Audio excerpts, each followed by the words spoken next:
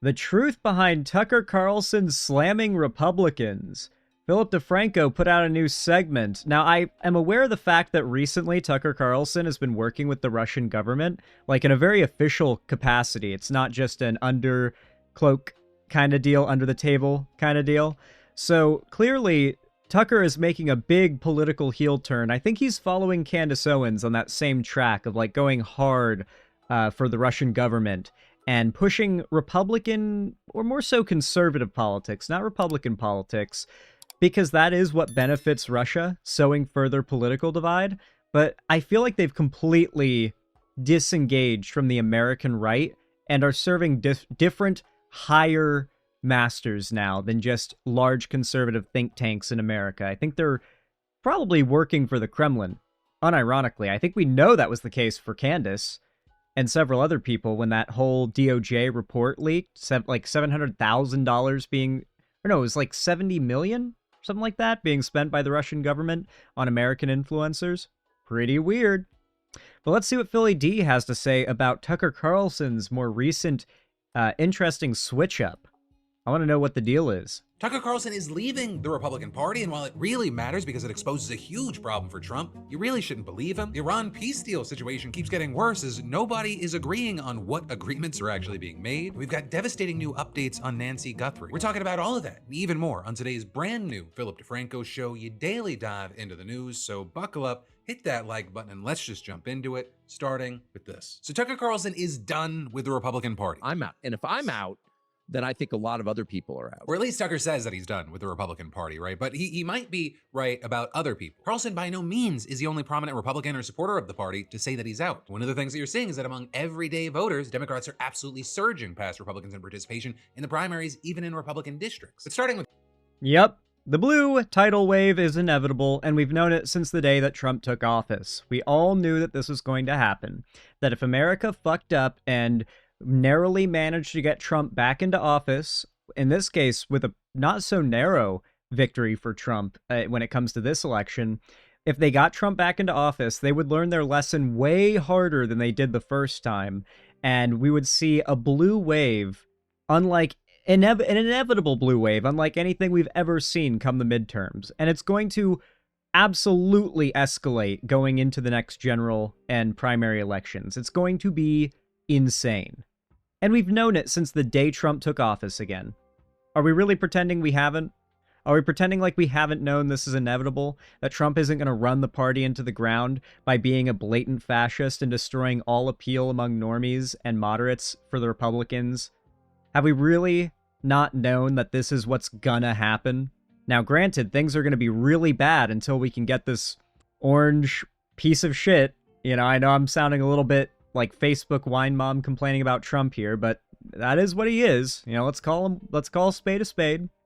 That orange piece of shit, once he's out of office, things will be able to get a lot better. But until then, and we still got 2 years left, until then, he's going to do a lot of damage. Most notably when it comes to the rights of a variety of different marginalized groups. Trans people, in particular, have gotten it very bad, and women in general, their reproductive rights have been squashed already this far into Trump's presidency. There's a lot of damage that's already been done, and more that they can do. But that damage itself, not an accelerationist, but on a small scale, people are learning their lesson. They're realizing, oh wait, the Democrats weren't crazy. The lefties weren't crazy. The Republicans are as bad as they said they were. Carlson, he, along with fellow commentators like Candace Owens, Alex Jones, Nick Fuentes, Marjorie Taylor Greene, soon-to-be former Congressman Thomas Massie, they're among a group of influential right-wingers who believe that the U.S. attacked Iran essentially at the behest of Israeli Prime Minister Bibi Netanyahu. And while they're not all totally on the same page, they have all been accused of anti-Semitism for pushing this narrative, as well as, in some cases, peddling genuinely baseless conspiracy theories or making almost undeniably bigoted comments. But the core claim, right, that Israeli interests at least influenced American foreign policy, that isn't without any basis. Right in the early days of the war, as the administration scrambled to come up with some sort of coherent explanation for its decision to attack, you had Secretary of State Marco Rubio just straight up saying that the decision had been motivated by the administration's knowledge that Israel planned to attack first. We knew that there was... What's so funny about it is, in all the ways that people used to meme and joke or even unironically believe that, like, Netanyahu could just straight up call up Biden and say, bomb Iran right now, or we'll make you sorry. And the same way that people thought that was the relationship between Israel and Joe Biden, that is unironically for real the relationship between Netanyahu and Trump. Like, Netanyahu calls up Trump, and by the end of the phone call, Trump's like, all right, we'll send another round of drones at Iran again. We'll help you again, Israel. Also, here's another $10 million. Was going to be an Israeli action. We knew that that would precipitate an attack against American forces. What am I talking about? More like $1 billion. If we didn't preemptively go after them before they launched those attacks, we would suffer higher casualties. Though, of course, Rubio, along with Donald Trump, they later denied that version of events, right? Despite what they said and the cameras that documented it. And now, you've got Carlson explicitly identifying Israel's influence over the administration as his main reason for breaking ties with the Republican Party. I would not support the Republican Party. There's no chance I would support the Republican Party. I'm not going to support the Democratic Party. I don't know what I'm going to do. But at this point, you know, how could I or any American voter support a political party that's not loyal to the United States, that puts the interests of a foreign country above those of its own citizens? Like, I voted Republican my entire life. I worked at Fox News, CNN, right, MSNBC. I've been a consistent defender for 35 years of the Republican Party. I mean, very consistent defender. But there's no defending this because it's immoral, and it's exactly the opposite of what a political party in a democracy is charged with doing, which is represent. How big is the next wave of woke that is inevitably coming going to be if the people who are at the absolute top of the media landscape in politics, like Tucker Carlson and Candace Owens, are already seeing the writing on the wall and shifting their conservative politics platform more to a sort of semi-populist, like Nazgul-esque platform? Like, the recognition that even among right-wing audiences, we are going to see a shift left in the market for content. Even among the right, there's going to be a shift left in the market for content. And these guys who have been dominating this landscape for decades, and, well, lady, in the case of Candace Owens, recognize that they need to shift their politics left. They need to abandon the Republican Party and cut off Trump if they want to be ready for the next wave of political fervor.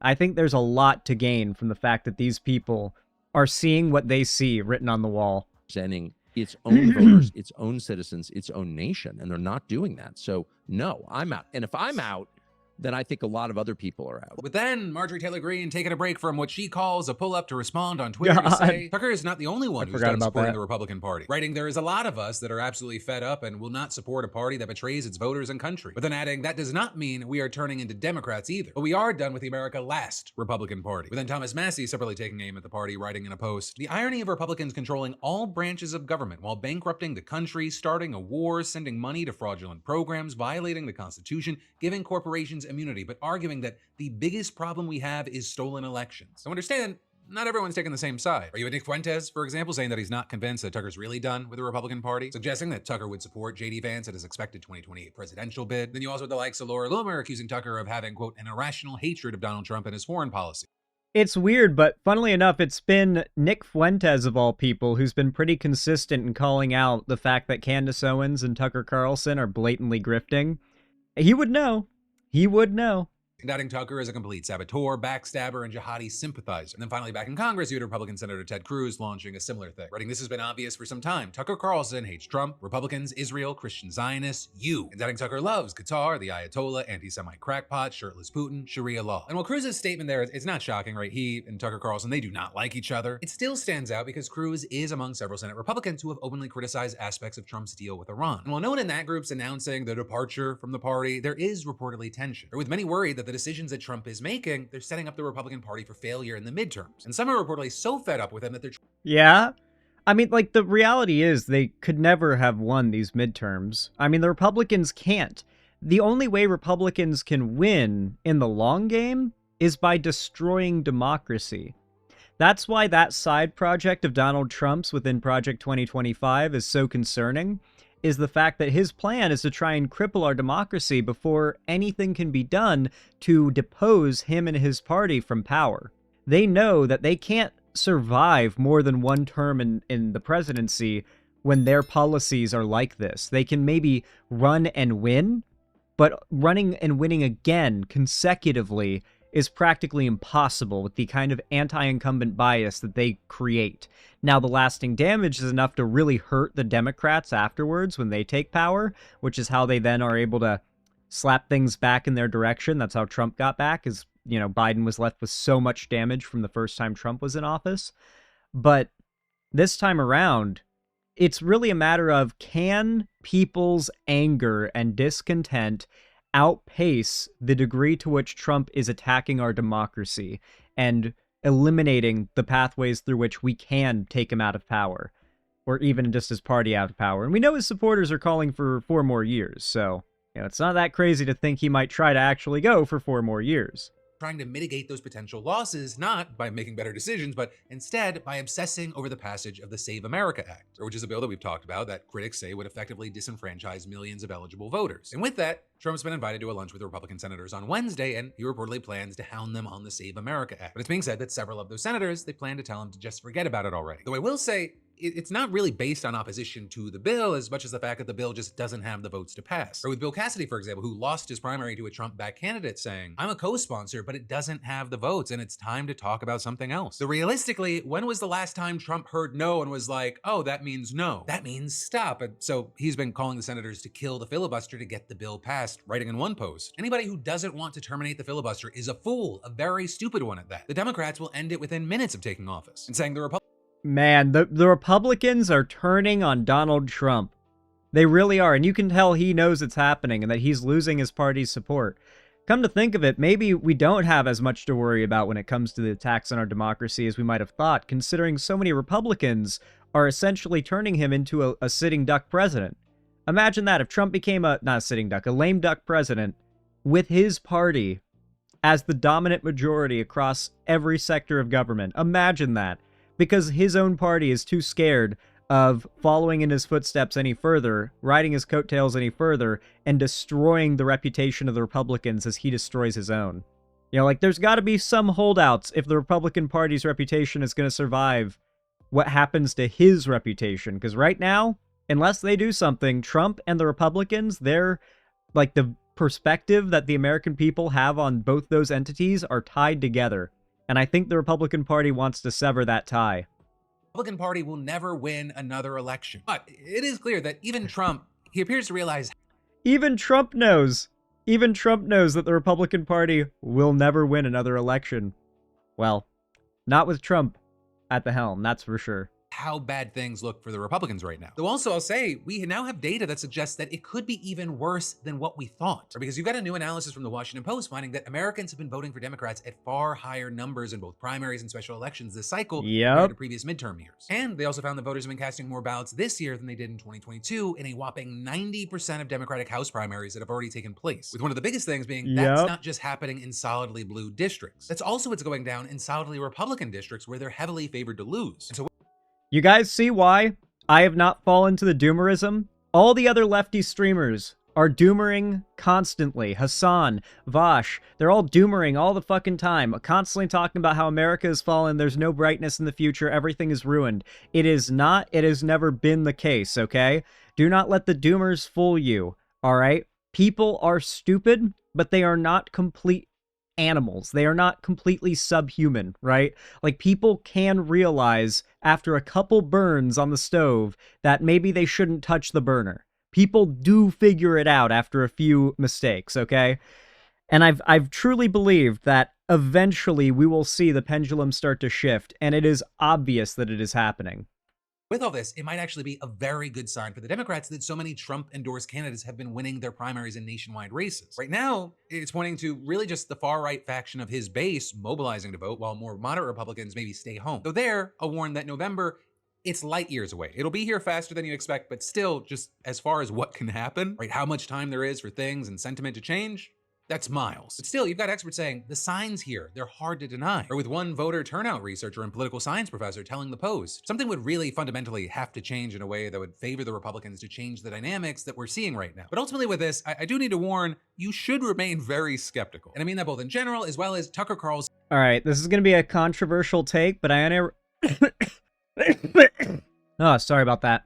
This is going to be a controversial take, but I unironically believe the worst thing that could happen right now is another Trump assassination attempt. Genuinely. God help us if another person tries to take out Trump. That is not what we need right now. I know people like to meme about how it would be funny, but it wouldn't be. Because we've seen how the American people respond to that kind of thing. They immediately fold and fall for it. It's effective propaganda, and people immediately start, like, buying this idea of, like, oh my god, strongman president, the second it happened the first time. Alright, like, right now, sentiment is moving really far from Trump, but the more I think about it, the more I feel like that pose, that photo of him fist pumping after getting shot in the ear, allegedly, that might have been the thing that tipped the scales enough for him to win the election. The more I think back on it, the more I feel like that was what did it. And saying that he is done with the Republican Party. Because the way that it really seems is that Tucker, actually very much like Fuentes, they want to see the Republicans get decimated in the midterms. It's really one of the only ways that many see the party actually being able to change and get out from just Trump. They'll understand whether it be these two are really a number of these characters, they're also doing this because they want to be closer to power with whoever is next. Because if you don't think Tucker will run as like a real Republican or support a real or a different or an outsider, blah, blah, blah, whether it be JD Vance, however they try to move his image, or someone else, you're crazy. But it will be very interesting over the coming months and even, the next few years to see how effective it is. How much of the, right-wing pushback against Trump is kind of just an online thing versus, real-world voting impacts. Because I really don't believe that is something that's been... Well, that's the thing. It's not much of an online thing. There's not really a lot of pushback against Trump online right now, as you would expect, compared to what the polling is showing, what the actual data of real-world people is showing, which does lend some credence to the theory that I and people like Brian Tyler Cohen and David Pakman have had for a while now, that platforms like YouTube and Google and Twitter are actively suppressing progressive outlets and boosting conservative ones artificially. But that's just a theory. Just a theory. And showcased in the primaries. Because those general elections, they bring in way more people, and it brings in people that usually don't fuck with politics, at least at like a midterm, really care about local elections and primaries level. But then also I'll say, there is another question out there that's not just, Republicans or Democrats, right? If we're seeing the swing from right to left or somewhere in the middle, we're also seeing a swing from moderate Dems to progressive Dems. And one of the ways it's playing out today is with Democratic primaries in 3 my states. favorite. You've got Utah, Maryland, and New York, where you have different wings of the party struggling for control over the future. And understandably, a lot of eyes are on New York, right? The races there are being treated as a test of Mayor Zoran Mamdani's political clout. He endorsed 3 candidates, he spoke at a rally for them over the weekend, and he even ran an ad for them during the Knicks playoff games. You've got Claire Valdez in the 7th district, Daria Liza Avila Chevalier in the 13th, and Brad Lander in the 10th. And that 10th district, it really stands out because it has become extraordinarily heated. Or you might remember Lander from the mayoral race last year. He's a progressive. He and Mamdani cross-endorsed each other. Well, now you got him running for Congress, going up against 2-term incumbent Dan Goldman, who's estimated to be one of the wealthiest members of the House. In their district, which covers part of Brooklyn, Corpo Democrat Supreme, I guess. Lower Manhattan is one of the most progressive and most Jewish districts in the country. So it's really not that surprising that one of the biggest issues, if not the biggest issue in that race, is Israel. And you've got Lander and Goldman kind of reflecting the tense divide within New York's Jewish community as a whole, where both are Democrats. Oh no. Oh no, no, no, no, no, no. Oh no. The Zionist Jewish corporate Democrat with the last name Goldman. It's gonna be a rough election. It's gonna be a rough election in this current political climate. Oh boy, oh boy. I'm glad I'm not him.